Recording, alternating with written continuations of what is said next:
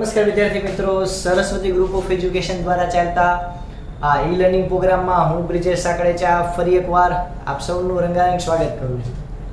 આપણે ધોરણ 12 ની અંદર ફિઝિક્સ વિષયની અંદર ચેપ્ટર નંબર 1 એટલે કે વિદ્યુત ભારો અને વિદ્યુત ક્ષેત્ર વિશે અભ્યાસ કરતા હતા, કે જેમાં આપણે આજે પહેલું ચેપ્ટર એનો 15મો પાર્ટ એટલે કે 15મો લેક્ચર વિશે અભ્યાસ કરશું. આપણે આગલા 14 લેક્ચરની અંદર વિદ્યુત ભાર કોને કહેવાય, એના પ્રકાર, ધન અને ઋણ, એનું ક્વોન્ટમીકરણ, કુલંબીય બળમાં આપણે ભણ્યા હતા સંપાતપણાનો સિદ્ધાંત. ત્યારબાદ આપણે વિદ્યુત ક્ષેત્ર જોયું હતું, એમાં પણ સંપાતપણાનો સિદ્ધાંત જોયો હતો. વિદ્યુત ક્ષેત્ર રેખાઓ જોઈ હતી, ફ્લક્સ જોયું હતું કે કોઈ પણ આડછેદ હોય એમાંથી કેટલી વિદ્યુત ક્ષેત્ર રેખાઓ પસાર થાય છે, એની જે સંખ્યા છે એને આપણે કહી શકીએ ફ્લક્સ. આગળ આપણે ડાયપોલ વિશે ચર્ચા કરી કે -q વિદ્યુત ભાર અને +q વિદ્યુત ભાર એટલે કે ધન અને ઋણ વિદ્યુત ભાર દ્વારા જે તંત્ર રચાય એને આપણે વિદ્યુતીય ડાયપોલ કહેવાય. તેમાં એ ડાયપોલથી અક્ષ ઉપર કોઈ બિંદુ રહેલું હોય ત્યાં લાગતું પરિણામી વિદ્યુત ક્ષેત્ર અને વિષુવવૃત્તીય રેખાને લંબ એટલે કે એકદમ લંબ દ્વિભાજક ઉપર કોઈ કહી શકાય કે બિંદુ રહેલું હોય તો એના ઉપર લાગતું વિદ્યુત ડાયપોલ મોમેન્ટ આપણે મેળવી હતી. આ સિવાય આપણે લાસ્ટ લેક્ચરની અંદર એને લગતા દાખલાઓ અમુક ગણેલા હતા. આજે આપણે એના જ વિશે અભ્યાસ કરીશું, પણ થોડોક અહીંયા 11th નો કન્સેપ્ટ પણ ઉપયોગમાં આવશે કે જે છે ટોર્ક. તો તમે વિદ્યાર્થી મિત્રો ટોર્ક જે છે એના વિશે તમે 11th ની અંદર ભણી ગયા કે પરસ્પર જે બળ યુગ્મ રચાય, કે માની લો કે આવી રીતે કોઈ સળિયો છે, કોઈ આવી રીતે સળિયો છે તો સળિયામાં આ બાજુ કંઈક બળ લાગતું હોય, એટલું જ બળ જો આ દિશામાં લાગતું હોય તો તે ટોર્કનું કહી શકાય કે ઉદ્ભવ સ્થાન તરીકે કામ કરશે. એટલે કે અહીંયા ટોર્ક ઉત્પન્ન થશે. આ ટોર્કનું તમે સૂત્ર કંઈક એવું ભણ્યા હતા કે બળ એને ગુણ્યા એનું લંબ અંતર, બળ ગુણ્યા લંબ અંતર. ચાલો આપણે તો આ ટોર્ક જે છે એના વિશે જ અભ્યાસ કરીએ. આ સિવાય તમને એ પણ ખબર હોવી જોઈએ કે આપણે ટોર્ક અને જડત્વની ચાક માત્રા વચ્ચેનો કંઈક સંબંધ આવો હતો, ટોર્ક I × આલ્ફા. બરાબર, ચાલો આટલું પહેલા ક્લિયર છે બધાયને? I × આલ્ફા આવું કંઈક આપણે સૂત્ર જોયું. ઓકે, ચાલો આપણે આગળ જોઈએ. તો આપણે હવે આ ટોર્ક જે છે ને વિદ્યુતીય ક્ષેત્રમાં એપ્લાય કરવાનો છે. કઈ રીતે? તો કે આપણે અહીંયા બે કન્સેપ્ટ ભેગા કરીએ, એટલે કે આપણે ડાયપોલ અને વિદ્યુત ક્ષેત્ર બંનેને ભેગા કરીએ. જ્યારે આપણે કોઈ પણ માની લો કે E જેટલું વિદ્યુત ક્ષેત્ર જે ધરાવે છે, આ માની લો કે E જેટલું વિદ્યુત ક્ષેત્ર છે,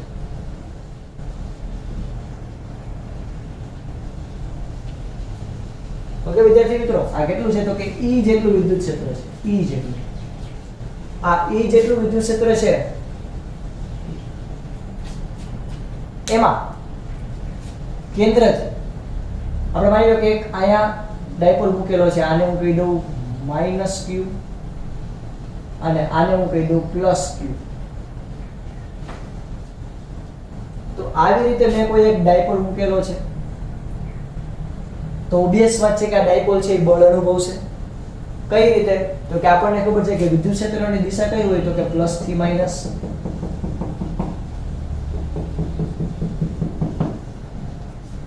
તો આ -q વિદ્યુત ભાર આના તરફ આકર્ષાશે અને આ +q વિદ્યુત ભાર આના તરફ આકર્ષાશે, કે જેથી બંને આવી રીતે આમ જવાનો ટ્રાય કરશે, આવી રીતે આમ, કે જેથી આ વિદ્યુત ભાર પર આ દિશામાં બળ લાગશે, વિદ્યુતીય બળ લાગશે, અને આ વિદ્યુત ભાર પર આ દિશામાં બળ લાગશે.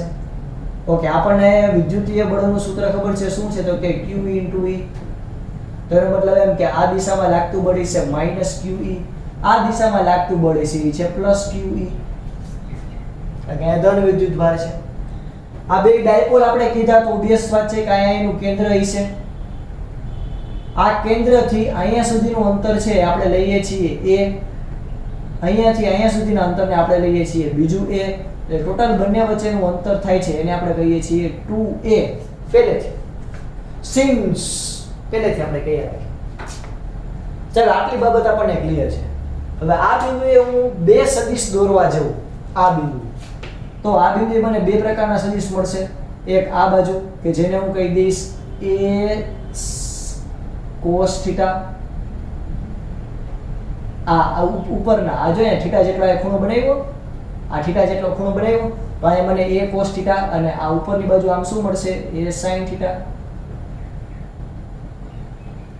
એવી જ રીતે અહીંયા એક આપણે a sin θ બરાબર આપણે આને પણ લઈ શકીએ, આટલા અંતરને પણ આપણે a sin θ જ કહી શકીએ. એવી જ રીતે આ બિંદુએ આ રેખા દોરીએ તો આ પણ θ જેટલો ખૂણો ધરાવે છે, તો અહીંયા આ પણ કેટલું થશે તો કે a cos θ અને નીચેની બાજુ એટલે કે આટલો ભાગ કેટલો થશે તો કે a sin θ. એટલે અહીંયા આપણે અલ્ટિમેટલી જોવા જઈએ તો હવે આપણે કંઈક આપણી રચના આવી થઈ, ઉપર ગૂંચવણો ન લાગે એટલે અહીં છૂટું છૂટું લખું છું. આ બાજુ વિદ્યુતીય બળ લાગ્યું QE, આ બાજુ વિદ્યુતીય બળ લાગ્યું -QE. હવે આ બિંદુથી આ બિંદુ તરફનો સ્થાન સદિશ છે જેને હું કહું L cos θ અથવા તો આપણે કીધું છે A cos θ. આ બાજુ એને કહું A cos θ. અહીંયા આ બાજુ જે છે એને હું કીધું A sin θ. આ θ જેટલો ખૂણો અને આ પણ θ જેટલો ખૂણો, તો અહીંયા આ પણ આવશે A sin θ. આવું થયું કે બરોબર. તો આને કારણે આ જે છે ને એ કઈ દિશામાં પડશે તો કે ક્લોકવાઇઝ. ઓકે, આ કઈ દિશામાં પડશે તો કે આન્ટી ક્લોકવાઇઝ. આન્ટી નહીં હો, એન્ટી.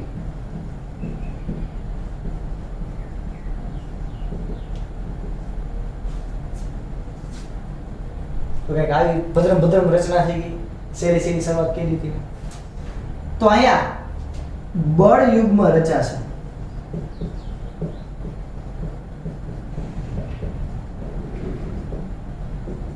જો આ અને આ બેયના બળના મૂલ્ય સરખા અને બંનેની દિશા વિરુદ્ધ એને આપણે બળ યુગ્મ કહેવાય.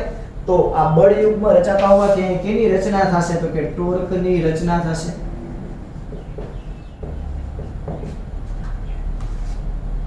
હવે ટોર્ક એટલે શું? અરે તમને એમ થાય સાહેબ આપણે અહીંયા A sin θ નો લઈ શકીએ, લઈ જ શકીએ, કાંઈ ખોટું નથી. A sin θ આ જ અંતર આ છે પેરેલલ, તો આ 90 નો ખૂણો બનશે એટલે કે આ લંબ છે ડાયપોલની અક્ષને. ચાલો હવે આ જો તો અહીંયા આપણે ટોર્ક બરાબર શું લખી શકશું છોકરાઓ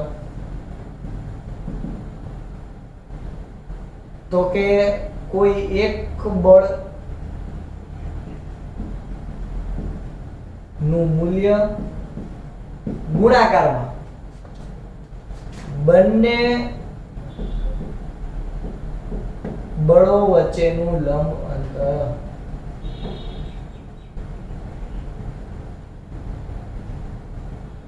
એટલે કે આપણે એક હજી શબ્દ આવે લાગતા બંને બળો વચ્ચેનું લંબ અંતર. લાગતા બંને બળો વચ્ચેનું લંબ અંતર. તો અહીંયા આપણે ટોર્ક બરાબર શું લખી શકીએ તો કે એક બળનું મૂલ્ય, હવે બળનું મૂલ્ય કેટલું છે કોઈ એક વિદ્યુતભાર ઉપર આપણે ધ્યાન લઈએ તો Q * E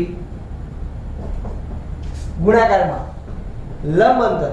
હવે લંબ અંતર એટલે તો કે આ જો આ લંબ અંતર છે, આ લંબ અંતર. તો લંબ અંતર એટલે કેટલું આવશે તો કે A sin θ. ના ના ના ના, A sin θ નહીં, A sin θ. પણ હજી ભૂલ છે, A sin θ નહીં, ઉપર A છે નીચે A છે, તો અહીંયા આવશે 2A sin θ. આ જો આ A sin θ છે, આ બીજું છે, તો આ A અને A 2A sin θ.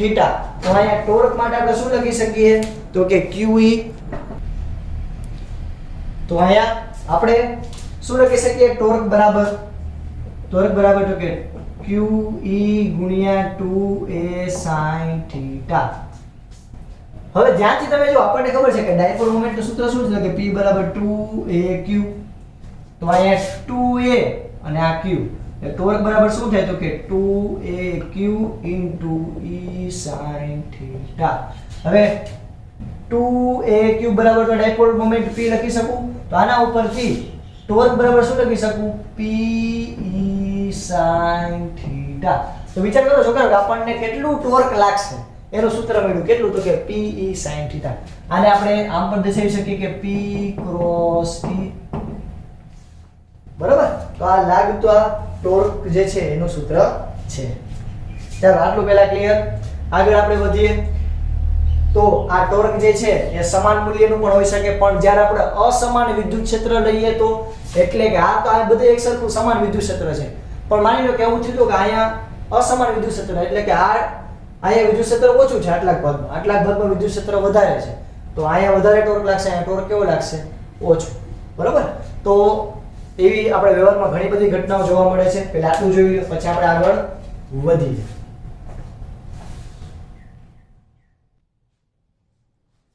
ચલો આપણે આ તો સમાન વિદ્યુત ક્ષેત્રમાં આપણે વાત કરી દે. અસમાન હોય તો આપણે શું કરવાનું ભાઈ?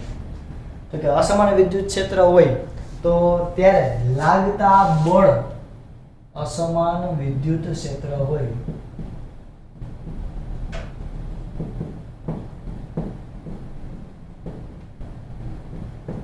અસમાન વિદ્યુત ક્ષેત્ર માટે લાગતા બળ નું સૂત્ર છે P cos theta dE by dx, અથવા તો અહીંયા ડેલ્ટા કહી દો તો ચાલે. બરાબર? બુકમાં નથી પણ આવી રીતે છે કે આવી રીતે અસમાન વિદ્યુત ક્ષેત્ર હોય, માની લો કે અહીંયા આટલાકમાં વિદ્યુત ક્ષેત્ર ઓછું છે, અહીંયા વિદ્યુત ક્ષેત્ર વધારે છે, તો ઓબવિયસ વાત છે અહીંયા વિદ્યુત ક્ષેત્ર ઓછું હોવાને કારણે અહીંયા બળ ઓછું લાગશે, અહીંયા વિદ્યુત ક્ષેત્ર વધુ હોવાને કારણે બળ પણ વધારે લાગશે. તો ત્યારે બળનું સૂત્ર તો કે P cos θ ડેલ્ટા E ના છેદમાં ડેલ્ટા x, વિદ્યુત ક્ષેત્રમાં થતો ફેરફાર અને સ્થાનમાં થતા ફેરફાર, આના મદદથી તમે મેળવી શકો છો. હવે આ અસમાન વિદ્યુત ક્ષેત્રનું કામ ક્યાં આવે? અસમાન વિદ્યુત ક્ષેત્ર આ સમાન વિદ્યુત ક્ષેત્રમાં તો આપણને બધી ખબર પડી ગઈ કઈ રીતે મળે, આમ ઘૂમરી ફરે થઈ ગયું બધું. અસમાન વિદ્યુત ક્ષેત્ર ક્યાં કામ આવશે? ફોર એક્ઝામ્પલ માની લો કે આ રોડ હોય, બરાબર? હવે આ રીતે આમ છે આપણી આકૃતિ, આ કે આ બાજુ QE જેટલું બળ લાગશે, અહીંયા માઈનસ QE જેટલું બળ લાગશે, જેને કારણે આખું આવી રીતે આમ મૂવમેન્ટ કરશે ડાયપોલ, આવી રીતે આમ. બરાબર? તો આમાં આ સૂત્રની મદદથી આપણને એટલી ખબર પડે કે ટોર્કનું મૂલ્ય મહત્તમ ક્યારે હોય? જ્યારે બે એકબીજાને લંબ હોય. બરાબર? ત્યારે આપણને ટોર્ક જે છે મેક્સિમમ મળશે, કારણ કે sin θ 90 થાય ત્યારે આપણને ખબર છે કે એનું મૂલ્ય મહત્તમ મળે. તો આનું મૂલ્ય શૂન્ય ક્યારે હોય અથવા તો મિનિમમ ટોર્ક ક્યારે લાગે? આ કિસ્સાની અંદર ટોર્ક મેક્સિમમ ક્યારે લાગશે અને ટોર્ક મિનિમમ ક્યારે લાગશે? તો કે જ્યારે થીટાનું મૂલ્ય 90 હોય ત્યારે મેક્સિમમ ટોર્ક લાગશે અને થીટાનું મૂલ્ય 0 હોય ત્યારે આપણને મિનિમમ એટલે કે ઓછામાં ઓછો ટોર્ક લાગશે. બરાબર? આ અસમાન વિદ્યુત ક્ષેત્ર અને એને કારણે ટોર્ક લાગે એનો ઉપયોગ આપણે ક્યાં જોઈએ છીએ? તો કે આપણે ખબર છે કે ક્યારેક કોઈ કોરા વાળ હોય, એના ઉપર આપણે આમ દાંતીઓ ઘસી, બરાબર? ઘણીવાર આપણે આમ કરીએ છીએ કે આવી રીતે આમ કાંસકો કે દાંતીઓ જે છે એ ઘસી, તો એને કારણે અસમાન વિદ્યુત ક્ષેત્ર ઉત્પન્ન થયું. શું કામ? તો કે જે દાંતીઓ છે એમાં જે શરૂઆતમાં તમે જુઓ તો ત્યાં અણી હશે, એટલે કે શરૂઆતમાં પાતળું હશે, જેમ ઉપર જશે એમ જે કાંસકો કે દાંતીઓ છે એની જાડાઈ વધતી જશે, તો અહીંયા અસમાન વિદ્યુત ક્ષેત્ર ઉત્પન્ન થયું અને એ જે કાંસકો છે એ ઋણ વિદ્યુત ભારિત થયો. તો તમે જ્યારે અસમાન વિદ્યુત ક્ષેત્ર વાળો ઋણ વીજભારિત કાંસકો છે એટલે કે દાંતીઓ છે એને તમે જ્યારે કોઈ કાગળની નજીક લઈ આવો તો એ શું ઉદ્ભવશે? તો કે એ એક બળ જે છે એ અનુભવશે, એટલે કે ટોર્ક જે છે એ અનુભવશે, કે જેને કારણે જે કાગળ છે ને એની ઉપર આમ ચોટી જશે, કાગળ છે એની ઉપર આકર્ષાશે. તો કાગળ એની તરફ આકર્ષાશે, કાગળ જે છે એ ઊંચો થયો, એનું કારણ શું? એના ઉપર કંઈક બળ લાગ્યું તો જે ઊંચું થાય. હવે એના પર બળ લાગ્યું ક્યારે અથવા તો શું કામ ખબર પડી? તો કે એમાં અસમાન વિદ્યુત ક્ષેત્ર હતું. તો સમાન વિદ્યુત ક્ષેત્ર હોય તો ભાઈ બંને બળ યુગ્મ એકબીજાની અસર શું કરે? નાબૂદ કરે. તો આ અસમાન વિદ્યુત ક્ષેત્રનો આઈ હોપ તમને ઉદાહરણ છે મગજમાં બેઠું હશે. બરોબર? ચાલો આપણે પહેલા બધા જોઈ લો. આપણે આના ઉપરથી ઉદાહરણ જે છે ટોર્કના લગતા આગળ જોઈએ આપણે. ચાલો અહીંયા આપણને સ્વાધ્યાયનો દાખલા નંબર 1.27 આપેલો છે. સ્વાધ્યાયનો દાખલા નંબર 1.27 કે જેની અંદર આપણને એવું કીધેલું છે કે અવકાશના અમુક વિસ્તારમાં બધે વિદ્યુત ક્ષેત્ર z દિશામાં છે, એટલે કે કોઈ z દિશાની અંદર z અક્ષની અંદર વિદ્યુત ક્ષેત્ર છે એ પ્રસરેલું છે. અહીંયા આપણને કીધું કે વિદ્યુત ક્ષેત્રનું માન અચળ નથી, એટલે કે આ વિદ્યુત ક્ષેત્ર છે એ અચળ નથી, એટલે કે એનું મૂલ્ય સરખું નથી, પરંતુ તે 10⁵ પ્રતિ મીટર દર સતત શું થતું જાય છે? તો કે સતત વધતું જાય છે, એટલે કે દર 1 મીટર આગળ વધો ને એટલે 10⁵ જેટલું વિદ્યુત ક્ષેત્ર વધી ગયું, એટલે સતત વધતું જતું વિદ્યુત ક્ષેત્ર છે z અક્ષની દિશામાં. તો અહીંયા આપણને ડાયરેક્ટલી DE ના છેદમાં dz એટલે કે z અક્ષની સાપેક્ષે વિદ્યુત ક્ષેત્રમાં થતો ફેરફાર આપણને કેટલો આપ્યો તો કે 10⁵ ન્યૂટન પ્રતિ કુલમ્બ. આઈ રિપીટ, z અક્ષની સાપેક્ષે વિદ્યુત ક્ષેત્રમાં થતો ફેરફાર આવે, સતત વિદ્યુત ક્ષેત્ર વધે છે, એનું મૂલ્ય આપણને કેટલું આપ્યું તો કે 10⁵ ન્યૂટન પ્રતિ કુલમ્બ. આગળ તો કે ઋણ z દિશામાં આપણને ડાયપોલ મોમેન્ટ આપેલી છે કે આટલી ડાયપોલ મોમેન્ટ ધરાવે છે, કેટલી તો કે 10⁻⁷ કુલમ્બ પ્રતિ મીટર. આટલી આપણને ડાયપોલ મોમેન્ટ ધરાવે છે એવું કોઈ એક તંત્ર આપેલું છે. આપણને શું મેળવવાનું કીધું તો આ તંત્ર વડે ઉદ્ભવાતા બળ અને ટોર્ક કેટલાય છે, એટલે કે આપણે આમાં શું મેળવવાનું છે તો કે લાગતું બળ અને લાગતો ટોર્ક છે આપણે મેળવવાનો થાય છે. ઓકે, ધન દિશાની અંદર વિદ્યુત ક્ષેત્ર છે, હા છે, આપણે આગળ જોઈએ. ચાલો, આ આપણો પહેલો ક્વેશ્ચન છે અને આ આપણો બીજો ક્વેશ્ચન છે. તો ચાલો આપણે પહેલા ક્વેશ્ચન થી શરૂઆત કરીએ. તો અહીંયા આપણે બળ મેળવવાનું છે. તો બળ માટે આપણે શું કરશું તો કે આપણને ખબર છે કે વિદ્યુત ક્ષેત્રમાં બળ એટલે થાય Q * E. હવે આ સમીકરણ છે, આ સમીકરણને હું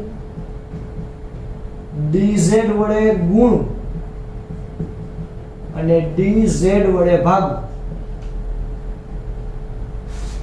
dz zx માં થતો ફેરફાર એના વડે ગુણી અને એના વડે ભાગી નાખ. તો હવે હું આની અંદર મૂકી દઉં તો શું થઈ શકે તો કે e ના છેદમાં dz * dz હું આમ લખી શકું, હા લખી શકું. ઓકે, હવે આ e અને અહીંયા dz છે, તો આના ઉપરથી આપણે એમ લખી શકીએ કે e બરાબર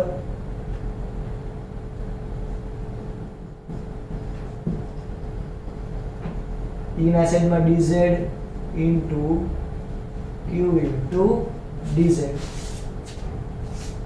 ચાલો આટલું પહેલા ક્લિયર. ઓકે, હવે અહીંયા આ અંતર છે, અંતર ગુણ્યા વિદ્યુત ભાર હોય તો આ શું થઈ ગયું ડાયપોલ મોમેન્ટ થઈ ગઈ, અંતર ગુણ્યા વિદ્યુત ભાર. કારણ કે આપણને ખબર છે કે વિદ્યુત ભારનું મૂલ્ય વિદ્યુત ભાર એટલે ડાયપોલ મોમેન્ટનું સૂત્ર 2a * q.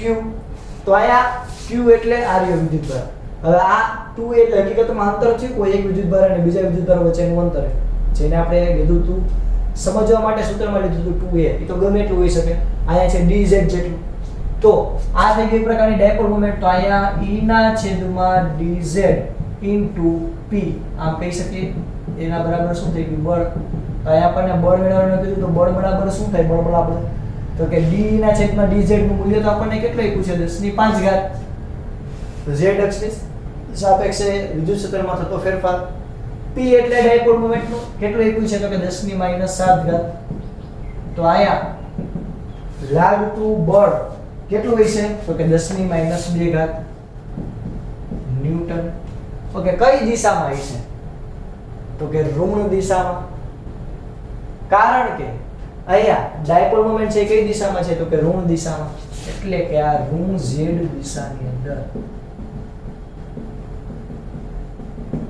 આપણને બળ જે છે તે લાગતું જોવા મળશે. તો ઋણ z દિશામાં. ઓકે, આગળ આપણને કીધેલું છે ટોર્ક. ટોર્કનું સૂત્ર થાય P sin θ. હવે ખૂણો કેટલાનો બને છે તો કે 0 નો, કારણ કે આમ z અક્ષ તરફ વિદ્યુત ક્ષેત્ર વધતું જાય છે અને ડાયપોલ મોમેન્ટ ઋણ z દિશામાં છે, તો બે એક જ દિશામાં છે, બે વચ્ચેનો ખૂણો છે 0, કે જેથી ટોર્કનું મૂલ્ય પણ શું થશે 0. તો આયા બંને વચ્ચેનો ટોર્કનું મૂલ્ય કેટલું થશે 0. બરોબર વિદ્યાર્થી મિત્રો? ચાલો જોઈ લો પહેલા ફટાફટ. આ સિવાય આપણને બીજો એક દાખલો આપેલો છે, સ્વાધ્યાયનો દાખલા નંબર 1.10. સ્વાધ્યાયના દાખલા નંબર 1.10 ની અંદર આપણને એવું કીધેલું છે કે 4 × 10⁹ જેટલી ડાયપોલ, એટલે કે આપણને ડાયપોલ મોમેન્ટનું સૂત્ર આપ્યું 4 × 10⁻⁹ કુલમ્બ * મીટર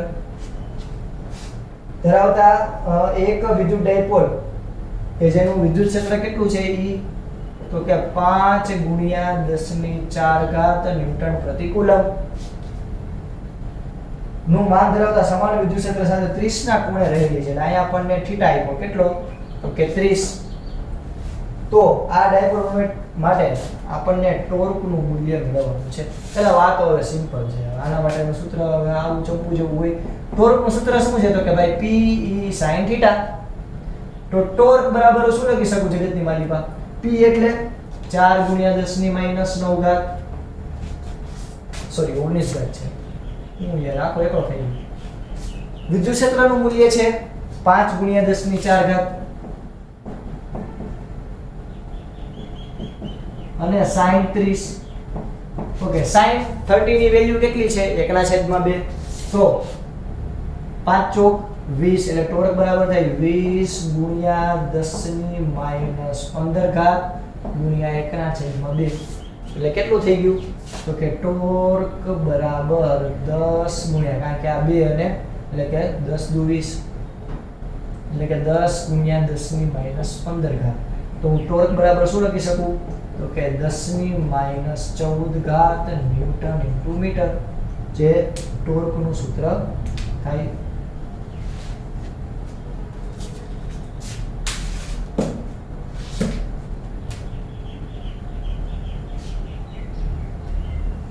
બરોબર, ચાલો આટલું ક્લિયર.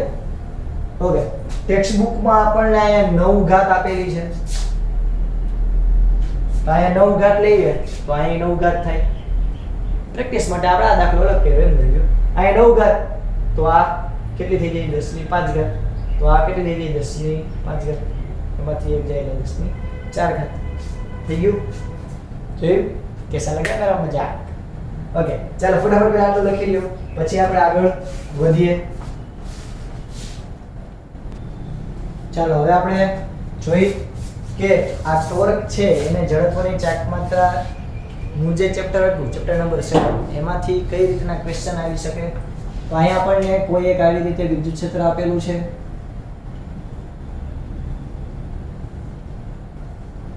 અને આ વિદ્યુત ક્ષેત્ર છે એમાં અહીંયા એક ડાયપોલ મૂકેલા છે અને કહી શકાય કે અહીંયા ખૂણો આપણને આપેલું દીધેલો છે 30 નો કે 30 નો ખૂણો બનાવે છે અક્ષથી. એટલે અહીં 30 થાય, અહીં 30 થાય, અહીં 30 થાય. આપણને કીધું છે કે ફાઇન્ડ મોમેન્ટ ઓફ ઇનર્શિયા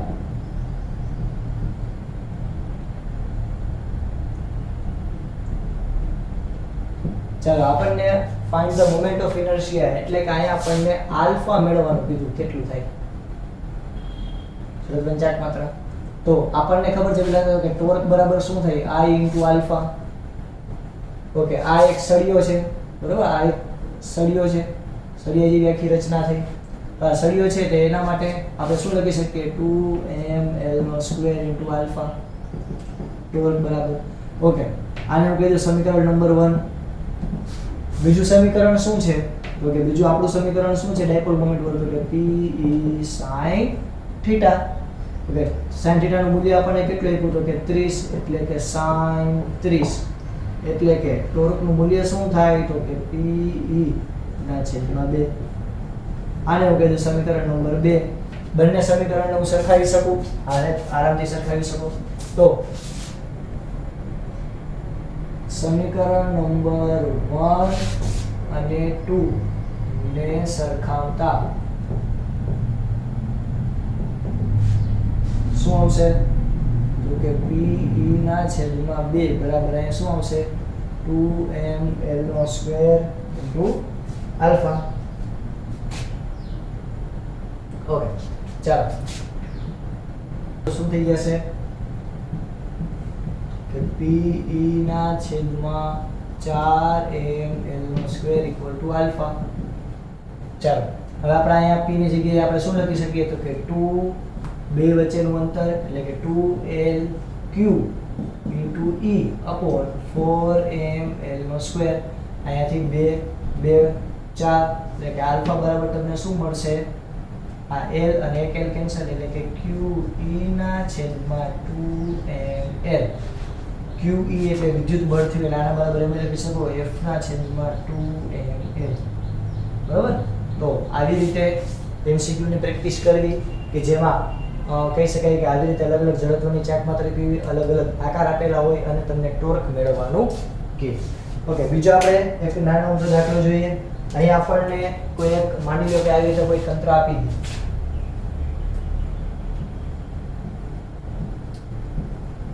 આવી રીતે કોઈ એક વિદ્યુત ક્ષેત્રની દિશા છે કે જેની અંદર આવી રીતે કોઈ સળિયો મૂકેલો છે.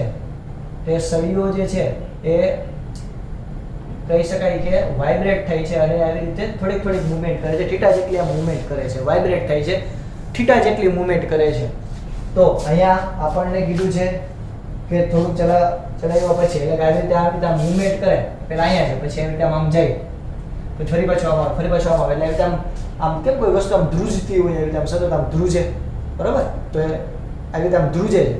તો આપણને કીધું છે કે એનો આવર્તકાળ મેળવો જ્યારે પોતાના મૂળ સ્થાન ઉપર આવે. આવર્તકાળ ઓસિલેટ થાય છે તો આપણને એનો આવર્તકાળ મેળવવાનું કીધું. ઓકે, હવે આવર્તકાળ મેળવવા માટે આપણે શું કરશે તો કે સૌથી પહેલા ટોર્કનું સૂત્ર P E sin θ. હવે અહીંયા કીધું થોડોક વાઇબ્રેટ થાય છે તમને એમ કે. બરાબર. આ અલગ અલગ કિસ્સાઓ છે, આપણે તેને તાત્કાલિક બનાવી. હવે થોડોક વાઇબ્રેટ થતો હોય તો ટોર્ક બરાબર શું લઈ શકો P E. હવે જો થોડોક વાઇબ્રેટ થતો હોય તો એમની વચ્ચે આમ થીટા આમ થોડોક જ આવી રીતે આમ થોડોક વાઇબ્રેટ થતો હોય તો ખૂણો નાનો લઈ શકું. ખૂણો નાનો લ્યો તો ખૂણો નાનો હોય તેના માટે sin θ બરાબર θ. તો ટોર્ક બરાબર થયું P E θ. એટલું પહેલા ક્લિયર. ટોર્ક બરાબર થયું P E θ. ઓકે, આગળ આપણને ખબર છે કે આલ્ફા બરાબર ઓમેગા સ્ક્વેર થીટા. આલ્ફા બરાબર ઓમેગા સ્ક્વેર થીટા. તો આપણે આની જ કિંમત આમાં મૂકીએ. ટોર્ક બરાબર શું થાય I * આલ્ફા થાય કે ન થાય? તો આની અંદર આપણે કિંમત મૂકીએ તો હું શું લખી શકું? ટોર્ક બરાબર I * આલ્ફા બરાબર P E θ. આલ્ફા ની જગ્યાએ આપણે શું મૂકશી તો કે ઓમેગા સ્ક્વેર થીટા. અને થીટા કેન્સલ તો આપણને I ઓમેગા સ્ક્વેર બરાબર શું મળ્યું? P E.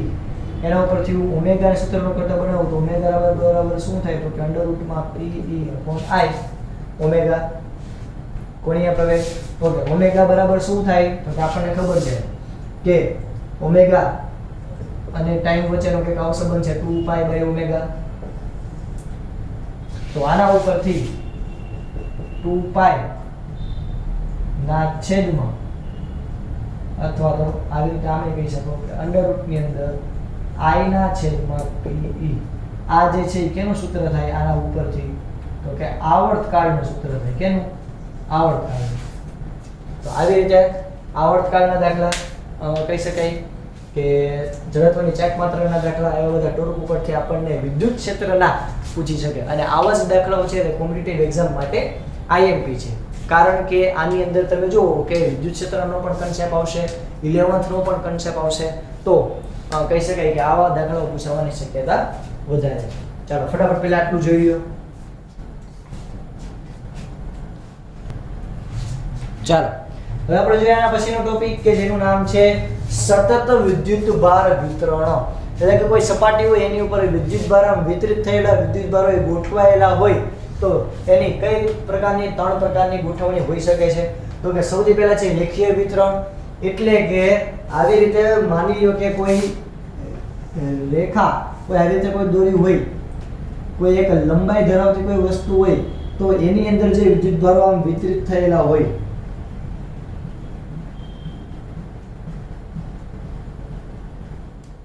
બરોબર. તો એકમ લંબાઈ દીઠ રહેલા વિદ્યુત ભારને એકમ લંબાઈ દીઠ ફોર એક્ઝામ્પલ આટલી લંબાઈને હું ધ્યાનમાં લઉં તો આટલી લંબાઈમાં કેટલા વિદ્યુત ભાર રહેલા છે એટલે કે એકમ લંબાઈ દીઠ રહેલા વિદ્યુત ભારને એની શું કહેવાય? રેખીય ઘનતા. હવે આના માટે હું માની લો કે કોઈ એક નાનો અમથો સૂક્ષ્મ એવો ખંડ વિચારું. ફોર એક્ઝામ્પલ આવડો નાનો એવો સૂક્ષ્મ ખંડ વિચારું કે જેનો વિદ્યુત ભાર હોય dq જેટલો અને એની લંબાઈ હોય dl જેટલી. તો અહીંયા હું લેમ્ડા બરાબર શું લખી શકું? dq ના છેદમાં dl. અહીંયા ડેલ્ટા q ના છેદમાં ડેલ્ટા એટલે તો કે કુલ લંબાઈ અને અહીંયા ઉપર છે કુલ વિદ્યુત ભાર. આનો એકમ શું થાય તો કે કુલમ પ્રતિ મીટર. આ ત્રણે ત્રણ વસ્તુ આપણે અગાઉ ભણી ચૂક્યા છીએ. ઓકે, ચાલો આગળ. આનું પારિમાણિક સૂત્ર થાય m0 l1 t0 અને q1. અથવા તો આપણે એમ્પિયરના સંદર્ભમાં જોઈએ તો m0 l1 t1 a1. આ એનું પારિમાણિક સૂત્ર થશે. એકમ આ લંબાઈ દીઠ હતી. હવે ક્ષેત્રફળને ધ્યાનમાં લો કે એકમ ક્ષેત્રફળ દીઠ જે વિદ્યુતભારો અંદર રહેલા છે +q +q +q +q. એકમ ક્ષેત્રફળ દીઠ રહેલા વિદ્યુતભારોને શું કહેવાય? વિદ્યુતભારોની પૃષ્ઠીય ઘનતા. આમાં એકમ ક્ષેત્રફળ દીઠ એટલે એક એકમ ક્ષેત્રફળ છે એમાં કેટલા વિદ્યુતભાર રહેલા છે એને એની કહેવાય પૃષ્ઠીય ઘનતા. એ સિગ્મા વડે દર્શાવે ડેલ્ટા q ના છેદમાં ડેલ્ટા a, એટલે કે કુલ વિદ્યુતભારના છેદમાં કુલ ક્ષેત્રફળ. આનો એકમ થાય કુલમ પ્રતિ મીટરનો સ્ક્વેર. અહીંયા આને તમે બીજી આ રીતે પણ લખી શકો. નાનો એવો સૂક્ષ્મ એવો ક્ષેત્રફળનો ખંડ ધ્યાનમાં લો કે જેનું ક્ષેત્રફળ હોય dA જેટલું હોય અને જેનામાં dq જેટલો વિદ્યુતભાર સમાયેલો હોય તો સિગ્મા બરાબર dq ના છેદમાં dA તરીકે પણ આને દર્શાવી શકો. આના ઉપરથી તમે dq બરાબર શું લખી શકો તો કે સિગ્મા * dA. આના ઉપરથી dq બરાબર શું લખી શકો? dq lambda * dl. અહીંયા આનું પારિમાણિક સૂત્ર થાય m0 l2 t0 q1. અથવા આમે લખી શકો m0 l2 t1 a1. આગળ અહીંયા આ કદીય વિતરણ છે એટલે કે અહીંયા કોઈ એક ઘનફળ ધરાવતી કોઈ સપાટી હોય, ફોર એક્ઝામ્પલ અહીંયા આપણે ક્યુબ લઈ લઈએ કે કોઈ આવી રીતે નક્કર ગોળો લઈ લઈએ તો એની અંદર જે વિદ્યુતભારનું સપાટીમાં રીતે વિતરણ થયેલું હોય એકમ કદ દીઠ જે વિદ્યુતભારોની સંખ્યા છે એને શું કહેવાય? વિદ્યુતભારની કદીય ઘનતા. એને ρ વડે દર્શાવીએ તો ρ બરાબર ડેલ્ટા q ના છેદમાં ડેલ્ટા v, એટલે કે આ કુલ વિદ્યુતભારના છેદમાં કુલ કદ. આનો એકમ શું થાય તો કે કુલમ પ્રતિ મીટરનો ક્યુબ. અહીંયા આનું પારિમાણિક સૂત્ર આપણે લખી શકીએ m0 l3 t0 q1. અથવા આને તમે આમ પણ દર્શાવી શકો m0 l3 t1 a1. આ રીતે પણ તમે આનું પારિમાણિક સૂત્ર જે છે તે દર્શાવી શકો. બરાબર? ચાલો આટલું પહેલા ક્લિયર થયું? ઓકે, ચાલો આટલું પહેલા લખી દો પછી આગળ જોઈએ. ચલો આપણે આનું એક જોઈએ ડેમો જોઈએ. તો અહીંયા માની લો કે આ રીતે કોઈ એક નક્કર ગોળો છે. અહીંયાથી અહીંયા P બિંદુ ઉપર માની લો કે અહીંયાથી અહીંયા સુધીનું અંતર છે એ છે આ. તો અહીંયાથી આ જે P બિંદુ ઉપરનું વિદ્યુત ક્ષેત્રનું મૂલ્ય આપણને મેળવવાનું કે એટલે કે E નેટ પરિણામી વિદ્યુત ક્ષેત્ર આપણને મેળવવાનું કે કેટલું હશે. આ વિદ્યુતભારિત ગોળો છે અને અહીંયાથી P બિંદુએ કોઈ વિદ્યુત ક્ષેત્રનું મૂલ્ય આપણને મેળવવાનું છે. તો આપણે કઈ રીતે મેળવશું તો કે ઓબિયસ વાત છે કે એના માટે આપણે શું કરવું પડે તો કે આની ઉપર જે આ સમાન વિદ્યુતભાર વિતરિત થયેલો છે